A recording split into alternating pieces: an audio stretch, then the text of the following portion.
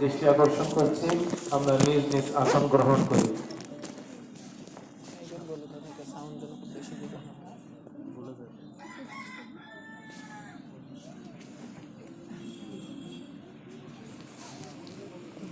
শব্দে এটা হচ্ছে শব্দের অপচয় সাহেবের ভাষায়।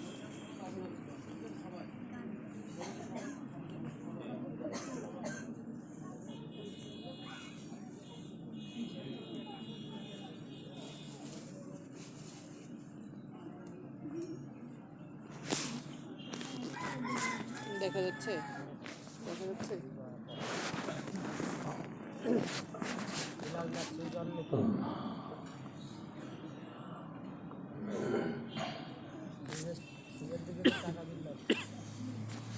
نحمده ونصلي على رسوله الكريم أما بعد فأعوذ بالله من الشيطان الرجيم بسم الله الرحمن الرحيم وأنزلنا إليك الذكر لتبين للناس ما نزل إليهم لعلهم يتفكرون وقال رسول الله صلى الله عليه وسلم خيركم من تعلم القرآن وعلمه صدق الله مولانا العظيم وصدق رسوله النبي الكريم الحمد لله আল্লাহ তাআলার বহুত বড় দয়া মেহেরবানি যে আল্লাহ তাআলা আমাদেরকে দ্বীনের এই বরকতময় পরিবেশে কিছু সময়ের জন্য হলেও শরীক হওয়ার সুযোগ তৌফিক যে দান করেছেন তার মহান দরবারে শুকর আদায় করছি আলহামদুলিল্লাহ। হে আমার প্রিয় ভাইরা, একটু আগেই আমাদের সামনে এই দারুস সুন্নাহ তাহফিজুল কোরআন থেকে হিফজ সম্পূর্ণ করে 12টা তালিবে ইলম দস্তারে ফজিলত তাদের মাথায় দেওয়া হলো। আল্লাহ এই বাচ্চাদেরকে সারাটা জীবনের জন্য কোরআনের মানুষ হিসেবে কবুল করেন। আল্লাহ তাদেরকে যেমন কোরআনের হাফিজ বানিয়েছেন, আল্লাহ কোরআনের আমলওয়ালা আলিম, কোরআন নিয়ে পুরা দুনিয়াতে চলনেওয়ালা আর কোরআনের বিষয়গুলিকে জিন্দা করনেওয়ালা আলিম হিসেবে আল্লাহ কবুল করেন। আর এই বাচ্চাদের ভিতর দিয়ে মাদ্রাসায় দারুস সুন্নাহকে আল্লাহ দুনিয়ার প্রান্তে প্রান্তে কোরআন ও সুন্নাহর খিদমত পৌঁছানোর জন্য কবুল করেন। হে আমার প্রিয় ভাইরা, আমি আপনাদের সামনে কোরআনে কারীমের একটা আয়াত তিলাওয়াত করেছি। রাসূল করিম সাল্লাল্লাহু আলাইহি ওয়াসাল্লামের একটা হাদিস শুনিয়েছি। খুব অল্প সময় তিলাওয়াতকৃত আয়াত এবং হাদিসকে সামনে রেখে মোটা মোটা কিছু কথা বলার চেষ্টা করব। আল্লাহ কথাগুলি আমাদের সকলের উপকারে কবুল করেন। হাদিসের মধ্যে নবীজি সাল্লাল্লাহু আলাইহি ওয়াসাল্লাম ফরমান, তোমাদের মধ্যে সর্বোত্তম কোন ব্যক্তি? খায়রুকুম, তোমাদের মধ্যে সর্বোত্তম হলো ওই ব্যক্তি মান তাআল্লামাল কুরআনা ওয়া আল্লামা, যে কোরআন শেখে, কোরআন শেখায়। কোরআন আজীব এক পরশ পাথর,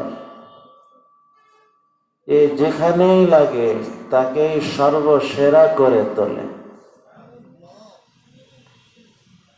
এই কোরআন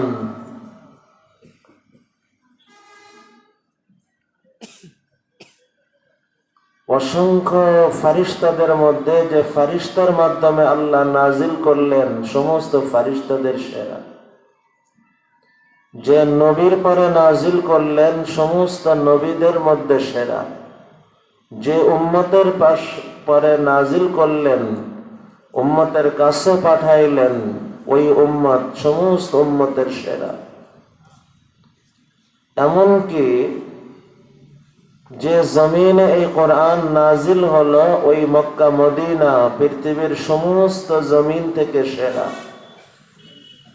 যে সময় আল্লাহ নাজিল করলেন শবে কদর, লাইলাতুল কদর, বছরের সমস্ত রাতের মধ্যে সেরা।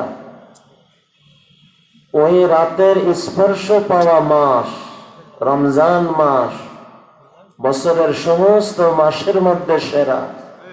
সত্যই কোরআন যেখানেই লাগে তাকে সেরা করে তোলে। ওই জবান পৃথিবীর সর্বসেরা জবান, যে জবান কোরআনের সম্পর্কে, যাকে আমি কারিয়ে কোরআন বলি। ওই সেনা পৃথিবীর সব থেকে দামি সেনা, যে সিনার ভিতরে কোরআনে কারীম আসছে, যাকে আমরা হাফেজে কোরআন বলি। ওই মেধা পৃথিবীর সর্বসেরা মেধা, যে মেধার মধ্যে কোরআনের সম্পর্ক লাগছে, যাকে আমরা আলিমে কোরআন বলি। কোরআন যেখানে লাগে তাকে সর্বসেরা করে তোলে। হে আমার প্রিয় ভাইরা, যদি মন চায় আমি আপনি সেরা হব, আমার আপনার জীবনকে কোরআনের সম্পর্কের জীবন বানাতে হবে। আমি আপনি যদি চাই আমার আপনার সন্তানকে সেরা সন্তান বানাবো, তো আমার আপনার সন্তানকে কোরআনের সম্পর্কের সন্তান বানাতে হবে। আমার জীবনের সব থেকে সেরা সময় যে সময় কোরআনের সম্পর্কে। আমার জীবনের সেরা সম্পদ যে সম্পদ কোরআনের সম্পর্কে। আমার জীবনের সেরা কুরবানি যেটা কোরআনের সম্পর্কে। কোরআনের সম্পর্কে আমার যা, ওটাই আমার সর্বসেরা। কোরআনের সম্পর্কে এই হাদিসের ব্যাখ্যায় বুখারীর মধ্যে হাদিস আসছে, ইবনে হাজার আসকালানী রহমতুল্লাহ আলাইহি এর ব্যাখ্যায় ফাথুল কাদিরের মধ্যে লেখে, তোমাদের মধ্যে সর্বসেরা যে কোরআন শেখে, কোরআন শেখায় মানে কোরআনের শব্দ শেখে, শব্দ শেখায়, কোরআনের অর্থ শেখে, অর্থ শেখায়, কোরআনের ব্যাখ্যা শেখে, ব্যাখ্যা শেখায়, কোরআনের মাসাইল শেখে, কোরআনের মাসাইল শেখায়। কোরআনের সাথে যেভাবে সম্পৃক্ত সে ওই ধারাতে সর্বসেরা।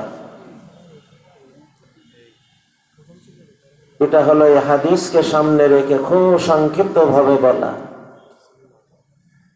ওই পরিবার সর্বসেরা পরিবার, যে পরিবার কোরআনের সম্পর্কে। হে আমার প্রিয় ভাইরা, আজ থেকে নিয়ত করে নি, সর্বপ্রথম আমি আমার নিজের জীবনকে সেরা জীবন বানানোর লক্ষ্যে আমি আপনি নিজেই কোরআন শিখার ছাত্র হয়ে যাব। আমার আপনার সন্তানকে সেরা সন্তান বানানোর জন্য তাকে কোরআনের সন্তান বানাবো। এরপরে তাকে আপনি ডাক্তার বানান, ইঞ্জিনিয়ার বানান, প্রফেসর বানান, যা বানান বানান, কিন্তু আগে তাকে কোরআনের মানুষ তো বানান। আমার জীবনের প্রতিটি অংশে কোরআনের সম্পর্ক যেন থাকে, আমার সম্পদের মধ্যে কোরআনের সম্পর্ক যেন থাকে, আমার সম্পদের একটা অংশ যেন কোরআনের খেদমতে, আমার সময়ের একটা অংশ যেন কোরআনের খেদমতে, আমার মেধার একটা সময় কোরআনের সাথে কোরআনের খেদমতে। প্রত্যেকটা স্থানে আমার সময় কোরআন শেখার ভিতরে, কোরআন শেখানোর মধ্যে, কোরআনের মাদ্রাসার খেদমতের মধ্যে, কোরআনি মেহনত জিন্দা করার মধ্যে। তাহলে আমি আপনার সর্বসেরা। আল্লাহ যে পরিবারের মাধ্যমে এই কোরআনের মাদ্রাসাকে আল্লাহ কবুল করছেন, আমি যতটুকু জানি এক নজরের আড়ালে থাকা, পর্দার ভিতরে থাকা এক বৃদ্ধা, আমাদের সম্মানিত মা, আমাদের বড় আপন, আমাদের ইশতিয়াক ভাইয়ের আম্মা।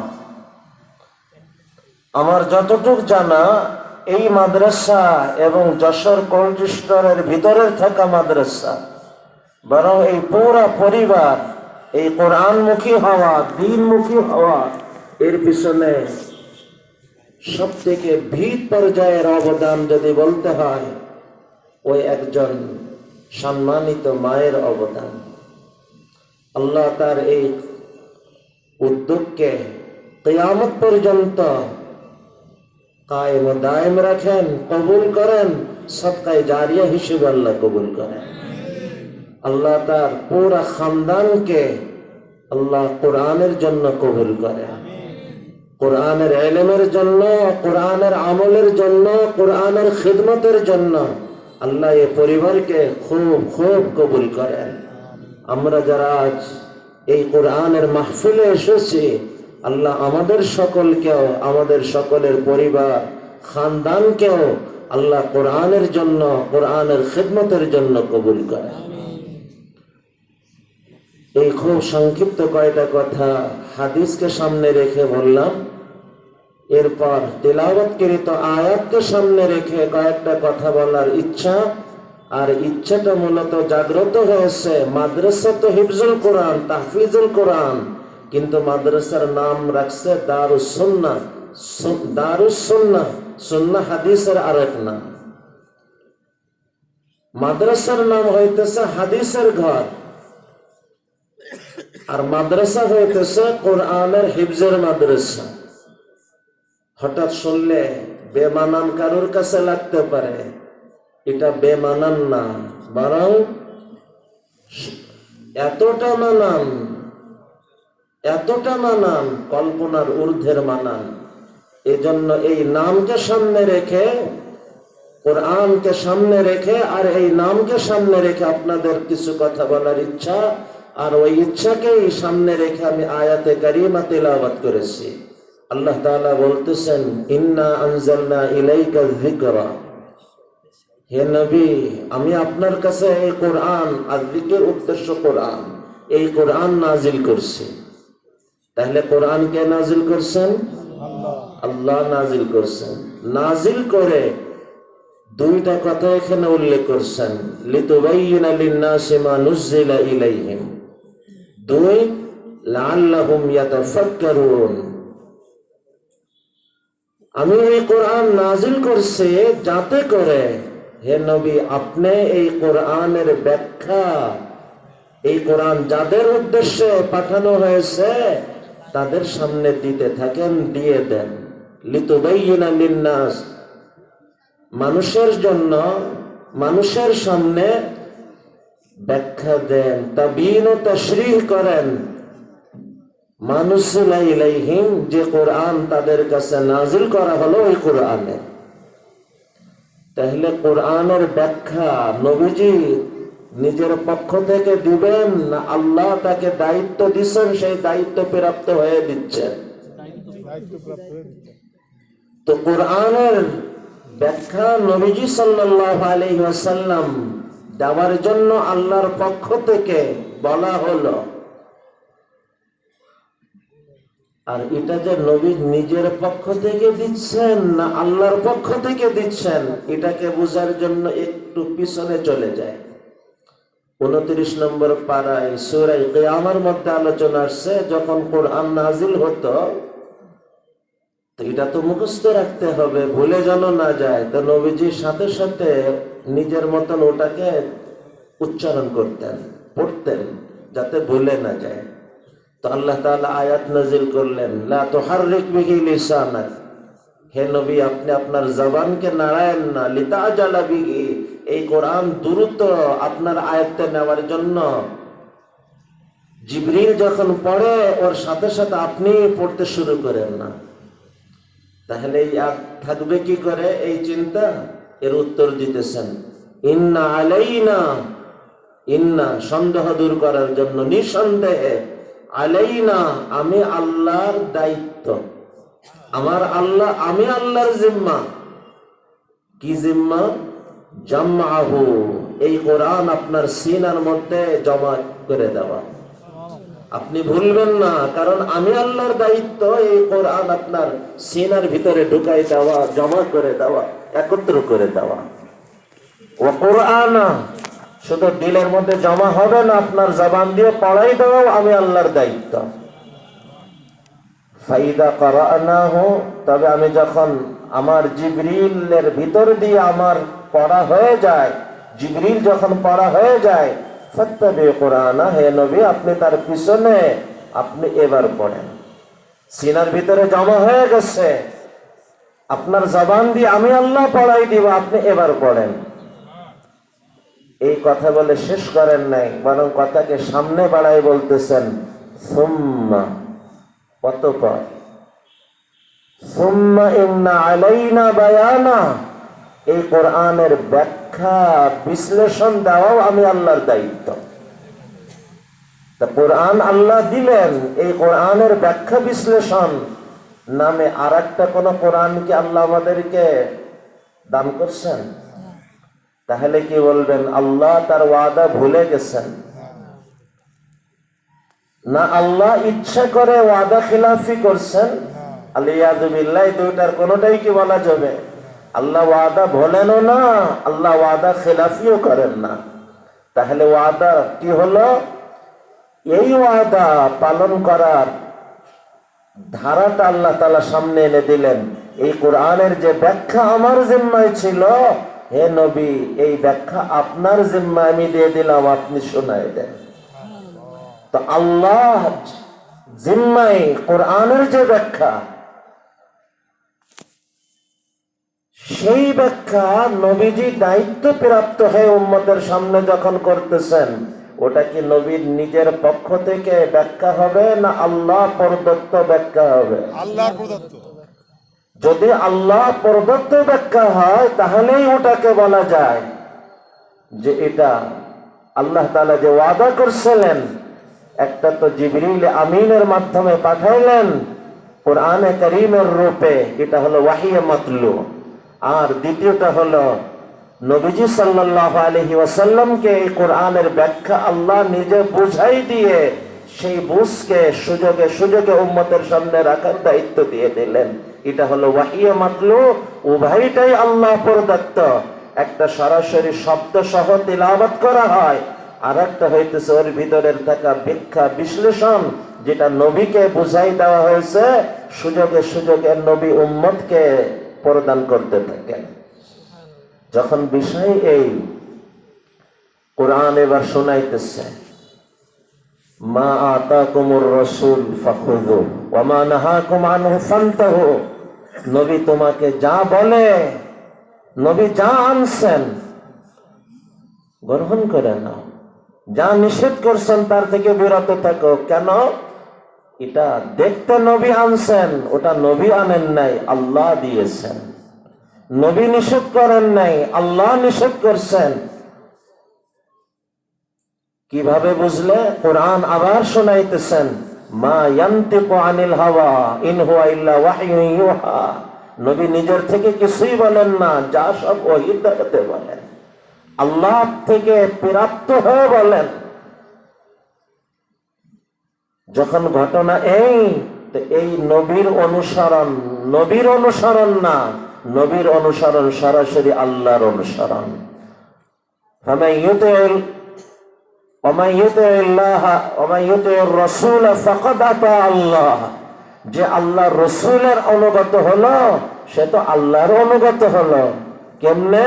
কারণ নবী যা বলতেছেন, যা করতেছেন, যা সমর্থন করতেছেন, একটাও নবী তার নিজের থেকে করতেছেন না, সব আল্লাহর প্রতিনিধি হয়ে আল্লাহর পক্ষ থেকে, আল্লাহর প্রতিনিধি হয়ে আল্লাহর পক্ষ থেকে করতেছেন।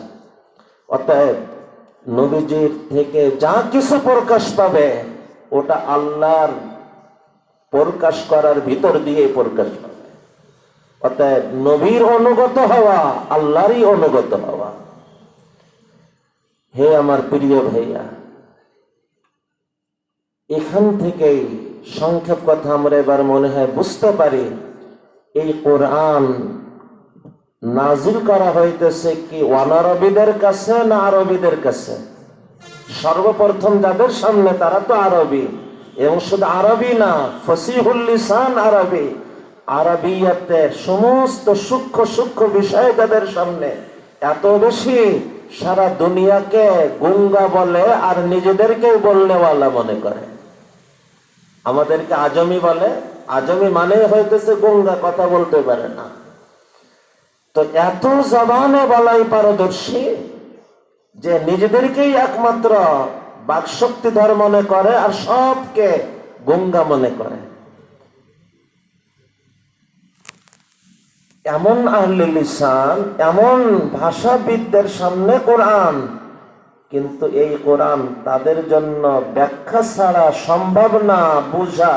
এজন্যই রাসূল করিম সাল্লাল্লাহু আলাইহি ওয়াসাল্লামের মাধ্যমে আল্লাহর ওই ওয়াদা তাবিন ও তাশরীহের পুরা করলেন। এবং বেসাতে রাসূলের মূল মাকসাদের মধ্যে উল্লেখ করতেছেন, হুয়াল্লাযী বা'আসা ফিল উম্মিয়িনা রাসূলান মিনহুম ইয়াতলু আলাইহিম আয়াতিহি ওয়া ইউযাক্কিহিম ওয়া ইউআল্লিমুহুমুল কিতাবা ওয়াল হিকমা ওয়া ইউআল্লিমুহুমুল কিতাবা ওয়াল হিকমা। নবী এই কোরআন তাদেরকে শেখাবে, এটা বেসাতে নবী, নবী প্রেরণের মূল উদ্দেশ্যের এক উদ্দেশ্য। ভাইরা আমার, এই কথাগুলি যদি বুঝে আসা, অনেক দীর্ঘ ঘন্টাকে ঘন্টা এক আলোচ্য বিষয়কে আমি খুব অল্প সময়ের মধ্যেই সামনে আনতে চাইতেছি বিশেষ এক প্রয়োজনে এবং বিশেষ এক মুনাসাবাতে। এই কোরআনে কারীম আল্লাহ প্রদত্ত এই ব্যাখ্যা বিশ্লেষণ ছাড়া বোঝা কি সম্ভব? যারা বুঝতে চায় তারা কি সঠিক বুঝতে পাবে? না, কোরআন বুঝার ধারণায় নিজের বুঝের গোলাম হয়ে থাকবে। আজকের সমাজে অনেক মানুষ নতুন করে সামনে আসতেছে যারা বলতে চায় কোরআনই তো যথেষ্ট, হাদিসের কি প্রয়োজন? আরে হাদিস তো নবীজির ব্যক্তিগত কিছু না। এই হাদিসের প্রতিটি হাদিস আল্লাহর পক্ষ থেকে দায়িত্ব প্রাপ্ত হয়ে আল্লাহর ওই ব্যাখ্যা বিশ্লেষণ উম্মতের সামনে রাখা। অতএব কোরআনকে যদি কেউ সঠিকভাবে বুঝতে চায়, সুন্নাহ হাদিস ছাড়া এই কোরআন বোঝা সম্ভব না। যদি এটা কোরআনের মাদ্রাসা হয় তো কোরআন সুন্নাহ ছাড়া কোরআন সঠিকভাবে বোঝা কখনো সম্ভবপর না। মাদ্রাসার নাম দারুস সুন্নাহ রেখে আমি মনে করি ওনাদের বেরেনে থাকুক আর না থাকুক, এই সুন্দর এক মুনাসাবাত আমাদের সামনে এনে প্রকাশ করছে। তালিবে ইলম ভাইদেরকেও বলতে চাইতেছি, এবং আজকের এই দারুস সুন্নাহ মাদ্রাসার হিফজুল কোরআনে উত্তীর্ণ ছাত্রদের পাগড়ি প্রদান কেন্দ্রিক এই মাহফিলে আসা সব মেহমানদেরকে আমি উদ্দেশ্য করে বলতেছি, হে আমার প্রিয় ভাইরা, কোরআন সব কিছুর মূল, কিন্তু এই কোরআন বোঝা সম্ভব না হাদিসে রসুল ছাড়া, রসুল করিম সাল্লাল্লাহু আলাইহি ওয়াসাল্লামের সুন্নাহ ছাড়া। আর হাদিসে রসুলকে নবীজির কিছু মনে না করা, এসব আল্লাহ প্রদত্ত মনে করা। যে বাস্তবতাকে ফুটিয়ে তোলার জন্য কোরআনকেও ওহী বলা হয়, হাদিসকেও ওহী বলা হয়। ওহী শুধু কোরআন না, ওহী মানে আল্লাহর পক্ষ থেকে আসা বাণী। ওহী শুধু কোরআন না, কোরআন যেমন ওহী, হাদিসও তেমন ওহী। পার্থক্য কি? একটা শব্দ অর্থ সহ আল্লাহর পক্ষ থেকে তো তিলাওয়াত করা হয় তো ওয়াহিয়ে মাতলু, আরেকটা হইতেছে ওর মূল বিষয় আল্লাহর পক্ষ থেকে, শব্দ নবীজির পক্ষ থেকে। হে আমার প্রিয় ভাইয়ের, এ কথাকে আমার খুব বেশি লম্বা করার প্রয়োজন নাই, কারণ এ মাজমাতে মনে করি এখানে সবাই কোরআন বোঝার জন্য হাদিসকে প্রয়োজন হিসেবে মনে করি। এই আয়াতে কারিমার শেষ অংশের মধ্যে চলে যায়। এবার আল্লাহ তাআলা কোরআন নাজিল করছেন কেন? এখানে আল্লাহ দুইটা কারণ বলতেছেন। এক নম্বর, নবী যেন কোরআনের ব্যাখ্যা বিশ্লেষণ দেন। মূল বক্তব্য আল্লাহ কোরআনে দিলেন, নবীজি তার ব্যাখ্যা বিশ্লেষণও দিলেন। এরপরেও আল্লাহ 3 নম্বরে এসে বলতেছেন লাআল্লাহুম ইয়াতাফাক্কারুন, এই কোরআন যাদের পরে নাজিল করা হয়েছে এদের ভিতরের থাকা মানুষগুলি এই কোরআন নিয়ে যেন ফিকির করে। কে ফিকির করবে? এই মানুষগুলির মধ্যে যারা ফিকির করার যোগ্য তারা যেন ফিকির করে। উলুল উদ্দেশ্য এখানে। তো বোঝা গেল এই কোরআন এবং কোরআন পুরো বোঝার জন্য যেমন হাদিস জরুরি, সাথে সাথে এটাও বোঝা গেল যে কোরআনের সাথে হাদিস এসে গেলেও কিছু কিছু বিষয় এমন থাকবে যেটা এখনো পরিষ্কার হবে না যত সময় এই বিষয়ের বিশেষজ্ঞরা এর মধ্যে ফিকির করে পরিষ্কার না করে দিবে। যদি এই বিষয়ের বিশেষজ্ঞরা ফিকির করে পরিষ্কার না করে দিলেও বুঝে আসে হাদিসের ব্যাখ্যার কারণে, তাহলে আল্লাহর বলা এই শব্দের কি অর্থ হবে? লাআল্লাহুম ইয়াতাফাক্কারুন। তো এই লাআল্লাহুম ইয়াতাফাক্কারুন দ্বারা উদ্দেশ্য ভাইয়ের আমার, আলোচনা হয়তো শুকনা শুকনা লাগবে, কিন্তু শেষ অংশ আপনাদেরই প্রয়োজনের একটা অংশ আসবে। এই জন্য খুব 2-5 মিনিট সময় একটু মাথাকে তাজা রেখে খেয়াল করেন।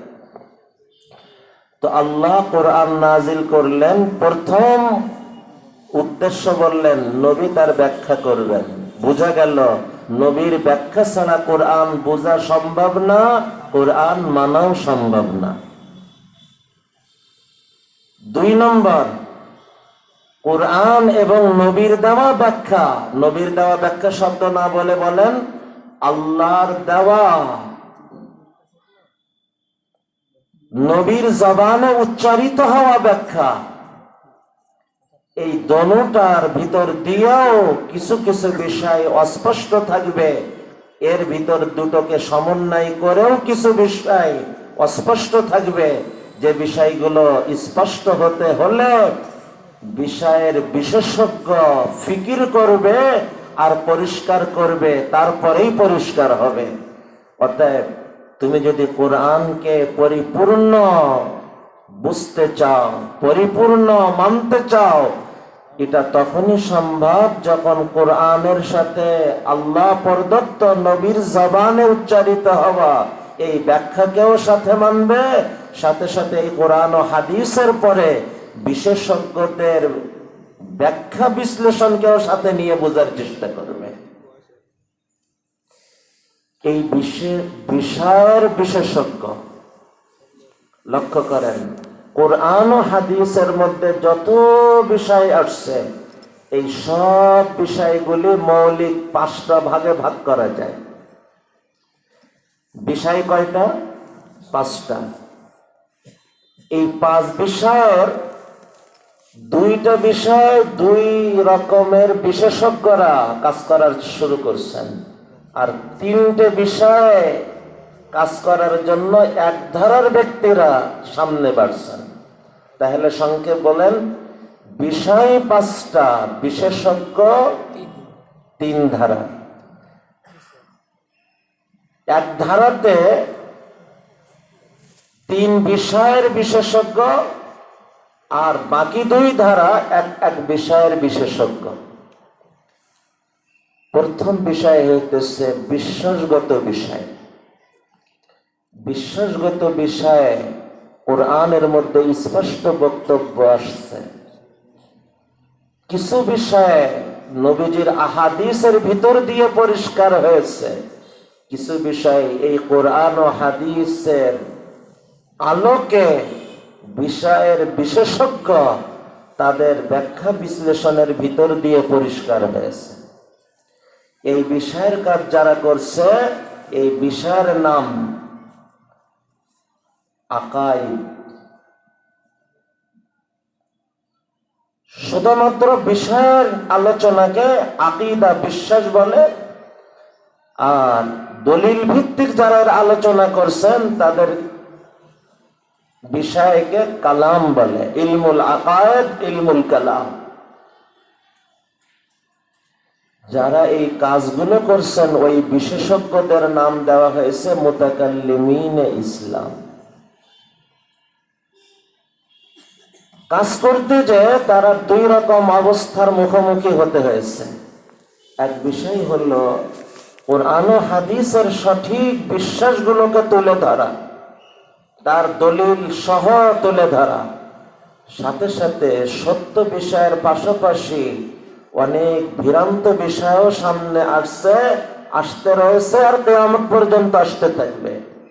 সেই ভ্রান্ত বিষয়, ভ্রান্ত বিশ্বাসগুলিকে পরিষ্কার করা, খণ্ডন করা, কোরআন ও হাদিসের দলিল ভিত্তিক খণ্ডন করা। যখন বিষয় এত ব্যাপক, এত ব্যাপক, আজ আকীদার পরে লেখা কিতাব আর গ্রন্থ যদি জমা করা হয় এই দুই ধারা, কোরআন ও হাদিস থেকে পাওয়া বিশ্বাসগুলো আর এর পাশাপাশি ভ্রান্ত বিশ্বাসগুলি, আর ভ্রান্ত বিশ্বাস একটা দুটা না, মোটা মোটা দাগে ৭২ দলের ভ্রান্ত বিশ্বাস।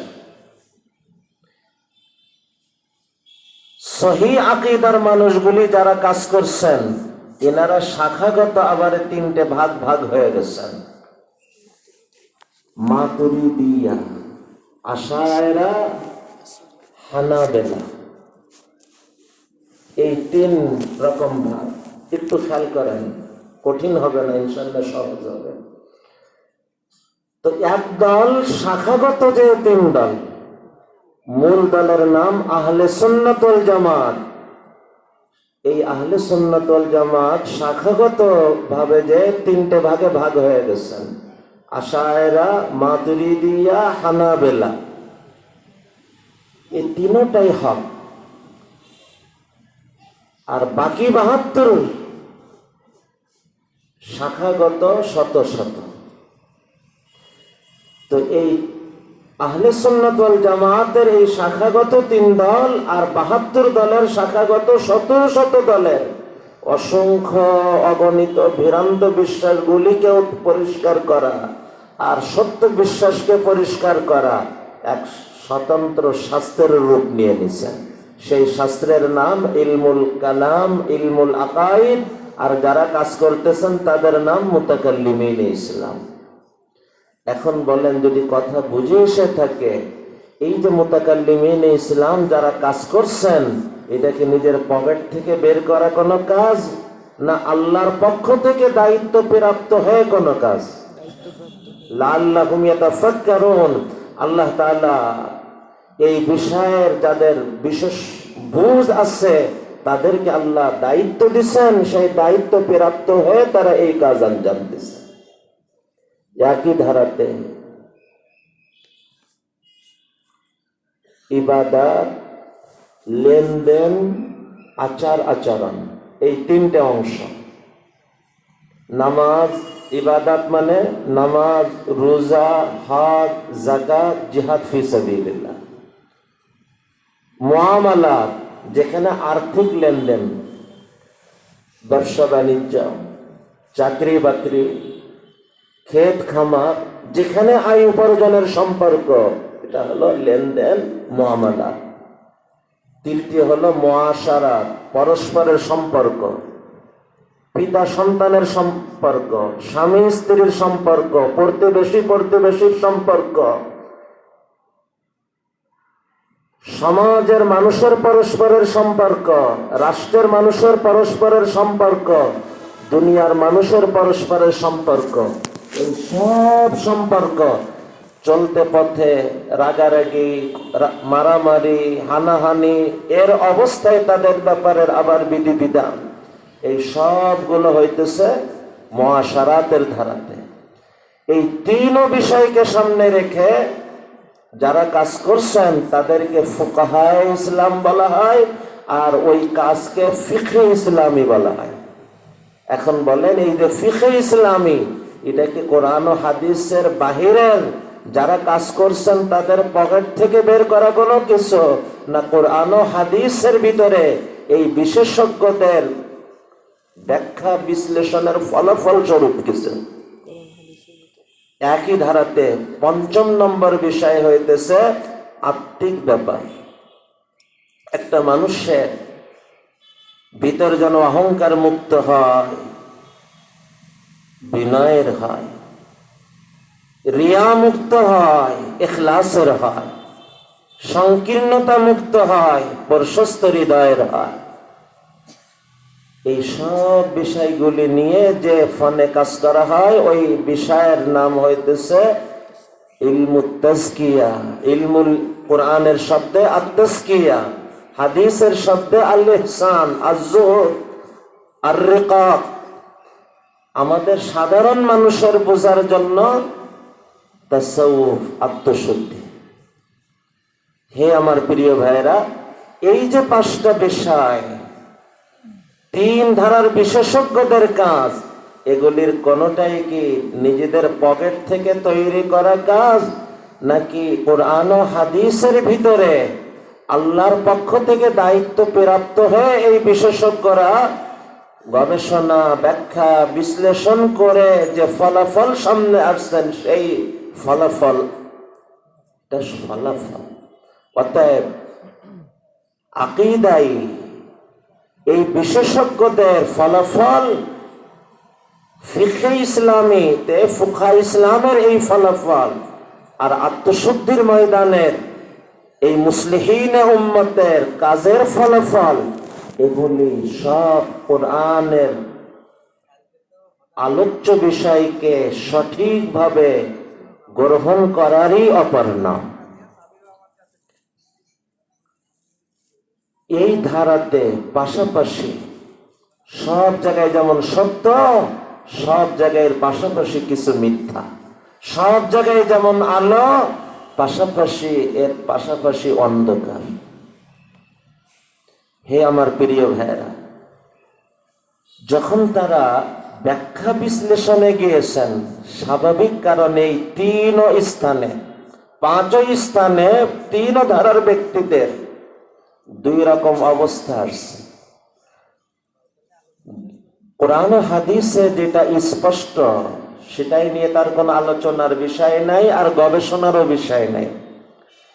যেটা অস্পষ্ট, যে কোনো কারণে অস্পষ্ট, ওই বিষয়গুলোই নিয়ে বিশেষজ্ঞদের কাজ। যখন তারা আলোচনা পর্যালোচনা করছেন, তো আলোচনা পর্যালোচনাতে তারা যদি একমতে উপনীত হতে পারেন, এটাকে বলে ইজমায়ে উম্মত। আর যদি মতের মধ্যে ভিন্নতা এসে যায়, তখন ওটাকে কেউ কিয়াস বলে, ইজতিহাদ বলে। এরই ধারাতে মাযহাবের রূপ সামনে আসে। হে আমার প্রিয় ভাইরা, এই যে মাযহাব, এই যে ইজতিহাদ, এই যে কিয়াস, এগুলি কি কোরআন ও হাদিসের বাহিরের কোনো কিছু, না আল্লাহ কোরআনের মধ্যে ডাইরেক্ট যে আদেশ দিয়েছেন, এই কোরআন নাজিল করছে, নবী যেন ব্যাখ্যা দেয়, আর কোরআন আর নবীর দেওয়া ব্যাখ্যা, আমার নাজিল করা কোরআন নবীর দেওয়া ব্যাখ্যার পরে বিশেষজ্ঞরা ব্যাখ্যা বিশ্লেষণ যেন করে, অস্পষ্ট বিষয়গুলিকে স্পষ্ট করে, সেই আল্লাহর পক্ষ থেকে দায়িত্ব প্রাপ্ত হয়ে তাদের মেহনতের ফলাফল এই 5টা ধারাতে 3 বিশেষজ্ঞদের মেহনত যা আমাদের সামনে। এই আলোচনাকে আপাতত এখানে রাখেন। এই আলোচনার দ্বিতীয় অংশের সাথে এবার মিলাই নেন সব স্থানে। এই বিষয়ের বিশেষ আমাদের বিশ্বাস, আমাদের ঈমান, মানব জীবনের যত জিজ্ঞাসা এর সব উত্তর কোরআন হাদিসের মধ্যে আছে। আরো সংক্ষেপে যদি বলেন, সব বিষয়ের উত্তর কোরআনে আছে।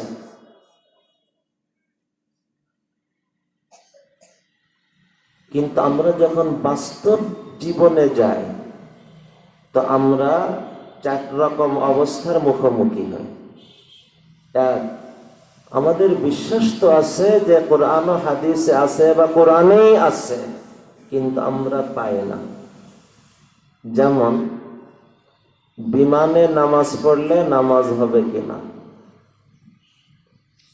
1400 বছর আগে যখন এই কোরআন নাজিল হলো, তার তাবিন ও তাশরীহ, ব্যাখ্যা বিশ্লেষণ নবীজি করলেন। ওই জামানায় তো বিমানই নাই, এটা ওখানে থাকবে কেমনে?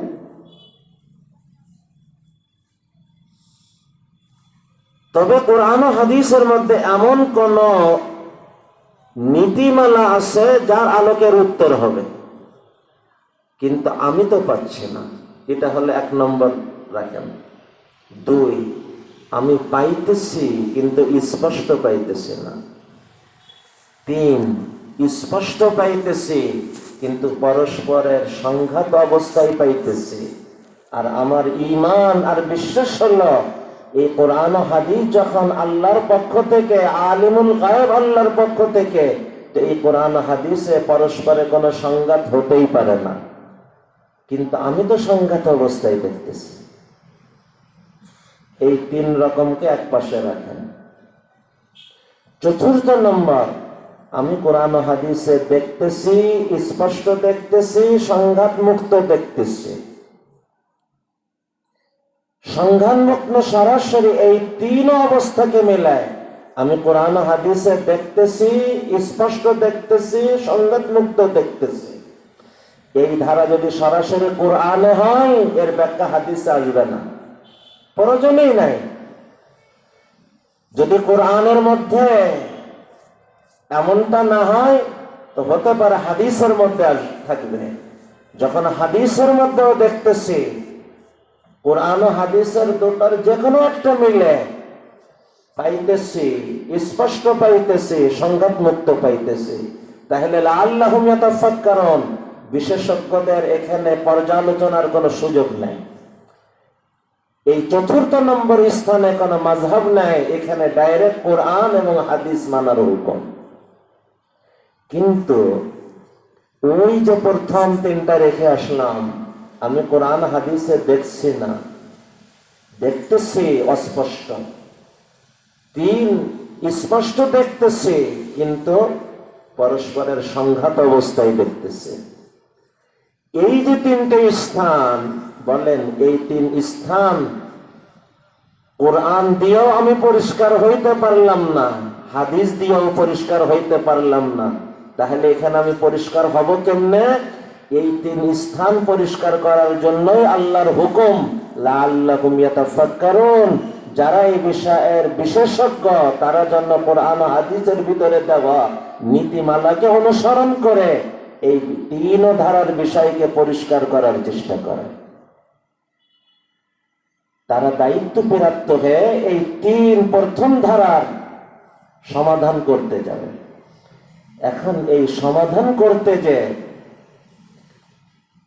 আমি একটা শব্দ বারবার বলছি, বিশেষজ্ঞ। এই শব্দটা কিছু সময়ের জন্য সরায় রাখেন। এই যে 3টে স্থান, এই 3 স্থানে স্বাভাবিকভাবে সম্ভাব্য সমাধান কি? যার বুঝে যা আসবে সে সেইভাবে কোরআন হাদিস মানবে। এমনকি বগলের নিচ থেকে বাংলা বুখারী বের করবে আর তাই দেখে যা বুঝবে আমল করবে। কোরআনের অনুবাদ দেখবে, যা বুঝবে তাই আমল করবে। বলেন এতে কি দিন মানা হবে না দিন খেলনার হয়ে উঠবে?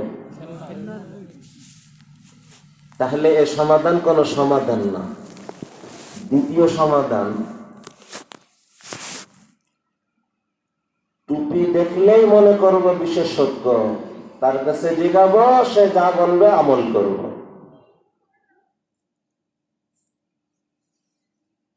কি প্রথমটার থেকে ভিন্ন কিছু হবে? এটাও সমাধান না। মানে সমাজে আসে টুপি দেখলেই তার কাছে মাসলা জিগাতে হয়, 3 দিন সময় লাগাইলেই তার কাছে মাসলা জিগায়। আমার এক আজীব এক গল্প শোনায়। আমি তখন নতুন ফারেগ হলাম, যশোরে আমি একটা কাজে গিয়েছি। রিক্সায় পাশে একজন লোক, বাহ্যিক দেখলে মনে হয় জীবনেও সে কোনোদিন মাদ্রাসায় পা রাখছে বলেও অবস্থায় মনে হয় না। রিক্সা চালক একটা মাসালা আলোচনা শুরু করছে, আমার কাছে জিজ্ঞাসা করছে এই যে পোশাক দেখে।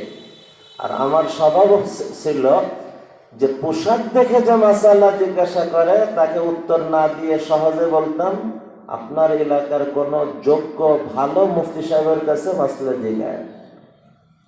তা আমি যখন তার এই উত্তর দিয়ে দিলাম, তো আমার পাশে বসে থাকার লোক সাথে সাথে বলে উঠতেছে যে ভাইয়া মাসলার উত্তর এই হবে, এবং উত্তরটা ভুল দিলাম। এখানে একসাথে আমার বোঝানো উদ্দেশ্য, হয়তো কোনো বাংলা বুখারি অথবা বাংলা কোরআনের অনুবাদ দেখে সে বুঝছে আর উত্তর দিচ্ছে, আর রিক্সা চালক পোশাক দেখে পরিচয় না জেনে মাসলা জিজ্ঞাসা শুরু করছে।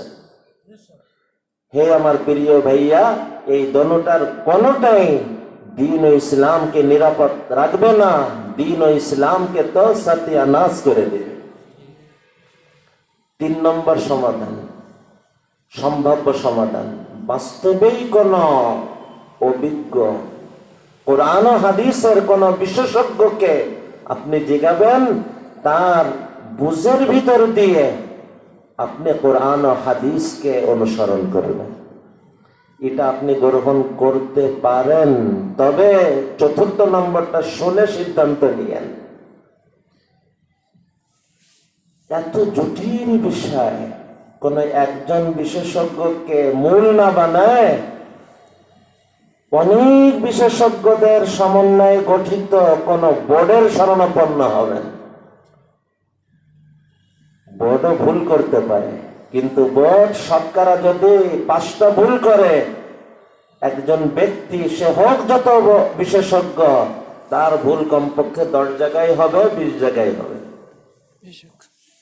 তা আপনি চাইলে একজন বিশেষজ্ঞকে মানতে পারেন, আর চাইলে অনেক বিশেষজ্ঞদের সমন্বয়ে গঠিত কোন বোর্ডের ভিতর দিয়ে কোরআন ও হাদিস মানতে পারেন। এই দোনো ধারার মানুষ লাআল্লাহুম ইয়াতাফাক্কারুনের মধ্যে আসে। কিন্তু খুব সহজেই আপনার কাছে জানতে চাই, এই দুইটার মধ্যে তুলনামূলক নিরাপদ ব্যক্তি না বোর্ড?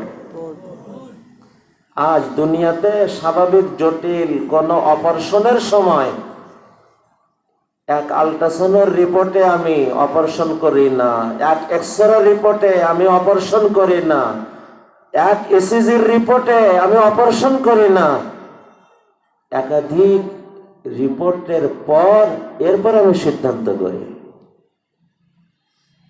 দিনকে এতই হালকা বিষয় হলো, টুপি দেখা মানুষ পাইলেই মাসলা জেগায়, 3 দিনে সময় লাগানো মানুষকেই মাসলা জেগায়, কোন আলিমের কাছে 2 দিন আসা যাওয়া করা মানুষকেই জিগায়। হে আমার প্রিয় ভাইয়া, একজন বিশেষজ্ঞ নিরাপদ না, অনেক বিশেষজ্ঞদের সমন্বয়ে গঠিত বোর্ডই হলো এর নিরাপদ স্থান। মনে রাখা, ওই যে আশায়েরা, মাতুরিদিয়া, হানাবেলা মাসাইলের ভিতরে আসা, হানাফি, মালিকি, শাফি, হাম্বলি, এরা কোন ব্যক্তির নাম না, এগুলো এক একটা বোর্ডের নাম। এগুলো এক একটা বোর্ডের নাম, এবং প্রত্যেকটা বোর্ড কোরআন ও হাদিসের ওই প্রথম 3 ধারার বিষয়কে কোরআন ও হাদিসের দেওয়া নীতিমালা অনুসরণ করে আল্লাহ প্রদত্ত দায়িত্ব প্রাপ্ত হয়ে, লাআল্লাহুম ইয়াতাফাক্কারুনের দায়িত্ব প্রাপ্ত হয়ে তারা যে ব্যাখ্যা, বিশ্লেষণ, আলোচনা, পর্যালোচনা করছেন, তারই এক রূপ। এই ক্ষেত্রে কেউ যদি প্রশ্ন করে, ভাই আপনি কোরআন হাদিস মানবেন না হানাফি মাযহাব মানবেন? তাকে কি উত্তর দিবেন? তাকে উত্তর দিবেন, ভাইয়া আপনার প্রশ্নটা ভুল হইতেছে, আপনি আপনার প্রশ্নকে আগে ঠিক করেন। কারণ আপনার প্রশ্ন হইতেছে এমন, আপনাকে কেউ জিগাইলো, ভাইয়া আপনার বাড়ি কোথায়, খুলনাতে না বাংলাদেশে? আপনি কি উত্তর দিবেন? সব খুলনা বলবেন? খুলনা উত্তর দেওয়ার মানেই হলো খুলনা বাংলাদেশের বাইরের কিছু। তাকে বলা হবে আপনার প্রশ্ন ভুল হইতেছে, আপনার প্রশ্ন আগে ঠিক করেন। প্রশ্ন হবে আপনার বাড়ি খুলনা জেলার ভিতর দিয়ে বাংলাদেশে না যশোর জেলার ভিতর দিয়ে বাংলাদেশে না বাগেরহাট জেলার ভিতর দিয়ে বাংলাদেশে, এই ধারার প্রশ্ন হবে। ঠিক এখানেও সত্য প্রশ্ন, বাস্তবসম্মত প্রশ্ন হবে, এই তিন স্থানে তুমি কি নিজের মতন বাংলা কোরআন বাংলা বুখারি দেখে আমল করবে, না কোন টুপি দাড়ি দেখেই তাকে জিজ্ঞাসা করে কোরআন হাদিসের অনুসরণ করবে, না কোন একজন বিশেষজ্ঞকে অনুসরণের ভিতর দিয়ে কোরআন হাদিস অনুসরণ করবে, না কোন বোর্ডের ভিতর দিয়ে কোরআন ও হাদিসকে অনুসরণ করবে? হে আমার প্রিয় ভাইরা, এই যে আকায়েদের যে মাযহাবগুলি, মাসাইলের যে মাযহাবগুলি, তাজকিয়ার যে ধারাগুলি, এই সব ওই একই ধারা, একই ধারা, একই ধারা। এবং এই সব বিষয় আল্লাহ কোরআনে এক জায়গায় একত্র করে বলতেছেন, ওয়ানজালনা ইলাইকা যিকর, হে নবী আমি আপনার কাছে কোরআন নাজিল করছি। কেউ যদি এই কোরআন মানতে চায় পারবে না যদি আপনি তাদেরকে কোরআনের ব্যাখ্যা বিশ্লেষণ না করেন। অতএব হে নবী আপনাকে দায়িত্ব আমি আল্লাহ নিজে দিতেছি, লিতুবাইয়িনা লিন-নাসি মা নুযিলা ইলাইহিম, এই কোরআন যে উম্মতের কাছে নাজিল করা হলো, এই উম্মতকে আপনি কোরআনের ব্যাখ্যা বিশ্লেষণ করে দেন। ওই ব্যাখ্যা বিশ্লেষণ, যে ব্যাখ্যা বিশ্লেষণের দায়িত্ব আমি আল্লাহ নিজের জিম্মায় নিয়ে আমি সূরা কিয়ামার মধ্যে ঘোষণার ওয়াদা করেছিলাম, সুম্মা ইন্না আলাইনা বায়ানা, সুম্মা ইন্না আলাইনা বায়ানা, আমার সেই ওয়াদাকে আমি আপনাকে বুঝাই দিলাম, আপনি আমার থেকে বুঝে নিয়ে উম্মতের সামনে বুঝাইতে থাকেন, ব্যাখ্যা বিশ্লেষণ করতে থাকেন, তাবয়ীন ও তাশরীহ করতে থাকেন। এটার নামই হলো সুন্নাহ। এই কোরআন বোঝা সম্ভব না, এই কোরআন মানা সম্ভব না আপনার পক্ষ থেকে এই ব্যাখ্যা বিশ্লেষণকে বাদ দিয়ে। কেউ যদি কোরআন বুঝতে চায় নবীর ব্যাখ্যা বিশ্লেষণকে বাদ দিয়ে, সে শয়তানের ধোঁকায় সে কোরআন মানতেছে ধারণা, বাস্তবে সে নিজের বুঝের গোলাম হয়ে চলতেছে, নিজের ধারণা মেনে চলতেছে। সে কোরআন মানছে না, বরং সে নিজের বুঝকে মানতেছে, যে বুঝের সাথে বাস্তবতার কোনো দূরতম কোনো সম্পর্ক নাই। কারণ এই কোরআন বোঝানোর জন্যই আমি আল্লাহ আপনাকে এই দায়িত্ব দিলাম। শুধু দায়িত্ব দিলাম না, আপনাকে আমি বুঝাইও দিলাম। আমার পক্ষ থেকে বুঝ নিয়ে দায়িত্ব প্রাপ্ত হয়ে আপনি উম্মতকে বুঝাইতে থাকেন, বুঝাইতে থাকেন। এরপরেও আল্লাহ কথাকে শেষ করেন নাই, বরং 3 নম্বর কথা আরো সামনে বাড়াইতেছেন, লাআল্লাহুম ইয়াতাফাক্কারুন, লাআল্লাহুম ইয়াতাফাক্কারুন। কোরআনের ব্যাখ্যা নবীর ভিতর দিয়ে আসার কারণে অনেক বিষয় তো পরিষ্কার হবে, কিন্তু এরপরেও কিছু বিষয় অনেক অনেক কারণে অনেক অনেক হিকমতের পেশে নজরে অস্পষ্ট রাখা হবে, অস্পষ্ট রাখা হবে। কেন অস্পষ্ট রাখা হবে? এক লম্বা আলোচনা। অস্পষ্ট থাকা উম্মতের জন্য রহমত, অস্পষ্ট থাকা উম্মতের জন্য কল্যাণ, অস্পষ্ট থাকা বিশেষজ্ঞদের আখিরাত কামানোর বড় মাধ্যম। এগুলো লম্বা এক প্রশস্ত বিষয়ের আলোচনা, এদিকে আজ আমি যাইতে চাই না। হে আমার প্রিয় ভাইয়েরা, অলরেডি আমার সময় 15 মিনিট পার হয়ে গেছে, আমি খেয়াল করি নাই। তো এই দায়িত্ব প্রাপ্ত হয়ে নবীজি ব্যাখ্যা বিশ্লেষণ তো করবেন, এরপরেও কিছু বিষয় অস্পষ্ট থাকবে। সেই বিষয় হলো ওই প্রথম তিন ধারার বিষয়। ওই তিন ধারার বিষয়ে তারা একমত হলে ইজমা, কোনো অসুবিধা নেই, সর্বসম্মতিক্রমে ইজমা যদি হয়, ওটা হয় নাই, আল্লাহ হওয়াইছেন। আর যদি তাদের মতের ভিন্নতা হয়, ওটার নামই কিয়াস, ওটার নামই ইজতিহাদ, ওটার নামই মাযহাব। মাযহাব কোরআন ও হাদিসের বাহিরের কিছু না, বরং তোমার বুঝের পাল্টা, তোমার ভ্রান্ত বুঝের পাল্টা কোরআন ও হাদিসের সত্য এক বুঝের বাস্তব নমুনা।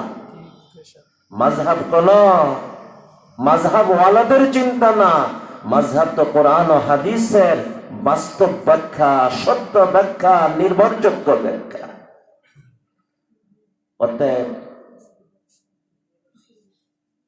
অতএব আমি যদি কোরআন মানতে চাই, আকীদায় মাযহাব না মেনে কোরআন মানা সম্ভব?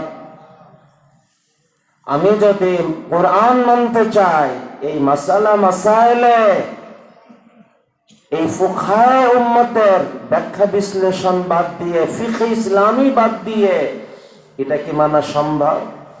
এ কারণে কোরআন সরাসরি হুকুম দিতেছেন, আতিউল্লাহ, আল্লাহকে মানো, কোরআন মানো, ওয়া আতিউর রাসূল, নবীকে মানো, হাদিস সুন্নাহকে মানো। কথাকে শেষ না করে বলতেছেন, ওয়া উলিল আমরি মিনকুম, বিষয়ের বিশেষজ্ঞদেরকে মানো। এই বিশেষজ্ঞ হলো মুতাকাল্লিমিন ইসলাম, এই বিশেষজ্ঞ হলো ফুকাহায়ে ইসলাম, এই বিশেষজ্ঞ হইতেছে মুসলিহিন ইসলাম।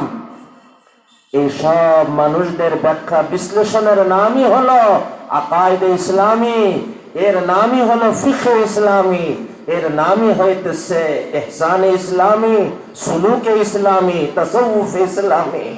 এগুলো কোরআন ও হাদিসের বাহিরের কিছুই না, বরং কোরআন ও হাদিসের নিরাপদ ঠিকানা, কোরআন ও হাদিসের বাস্তবসম্মত ব্যাখ্যা বিশ্লেষণ। আল্লাহ যে কথাগুলো বলাইলেন, শোনাইলেন, আল্লাহ আমাকে, আমাদের সকলকে আমলে আনার তৌফিক দান করেন। আল্লাহুম্মা আমিন। ওয়া আখিরু দাওয়ানা আনিল হামদুলিল্লাহি রাব্বিল আলামিন। আলহামদুলিল্লাহ।